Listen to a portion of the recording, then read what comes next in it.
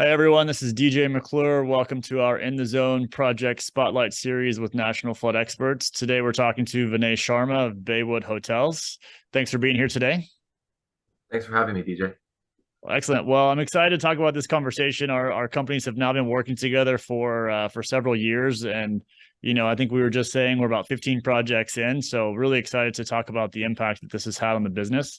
But firsthand, let's just tell us a little bit about yourself and how you got into real estate and hotels, maybe. Sure. My name is Vinay Sharma. I'm an in-house attorney and VP at Baywood Hotels. We're a hotel development and management company across the U.S., about 130 properties.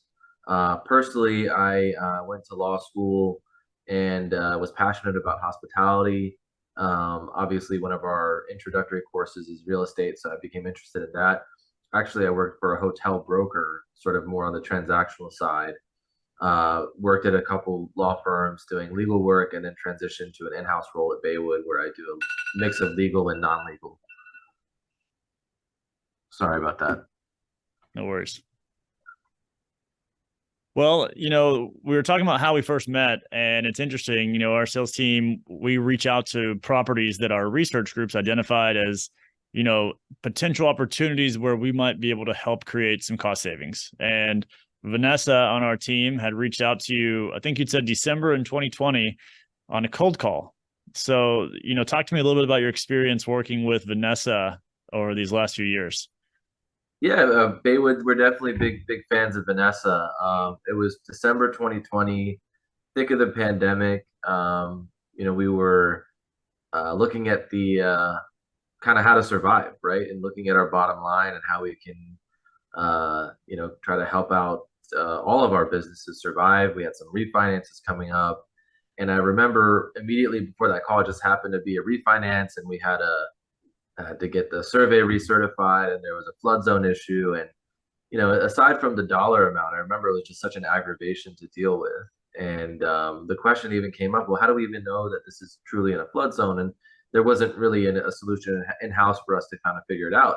And Vanessa happened to call the office line. She was connected with me, and it was happenstance. Her call was timely, but we had an immediate issue, and also it had been an issue over the years when I mentioned the aggravation and just looking at the P&L every year and seeing that expense and really not knowing or having the confidence that really it belonged there. So it was just a friendly call. She sent some information over, and I passed it on to my principals and colleagues over here, and she was able to hit the ground running and helped us out. I know at least the first project, maybe within 60 days of that call. So, from there, that ballooned to 15 other projects. So as a hotel operator group, what type of impact, from a cost savings and valuation perspective has, these flood zone successes on these 15 properties had for the business?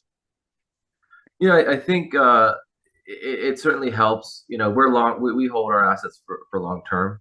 So, for underwriting and long term purposes, having to take the insurance cost out in our underwriting certainly helps. And as you know, those costs have gone up, tremendously over years, and will only continue to go up.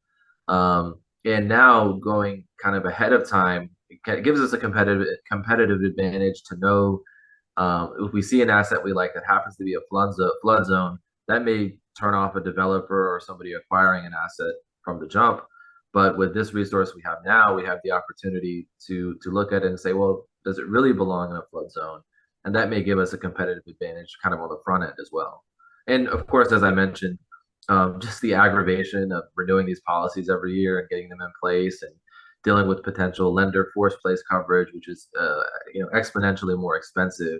Not that I can't tell you the peace of mind we have in not dealing with that when we don't have to is you can't put a price on it, truly. Absolutely. So what you're telling me is this has definitely changed a little bit of your underwriting strategy, perhaps a little bit of your development strategy as you guys are looking at future assets. Absolutely, yes, yes. So what advice might you give to someone else, a fellow hotel operator group or a fellow investor, as they're perhaps running into a flood zone or have current properties? What would you say perhaps? Well, I think don't take it for granted that if something happens to be noted in a flood zone or designated in a flood zone, that that's actually true. Um, Evaluate, getting an elevation survey as well. If you have that doubt. But frankly, the easiest thing is just to contact you guys and ahead of time and have the right resource in place. Obviously, we're hotel operators, we're land developers, but we can't do everything ourselves. And transitioning from a smaller sort of structure, Baywood Hotel started with one motel, a 23-room motel in Laurel, Maryland. You have a bunch of really brilliant and smart people in house that can handle a lot of things.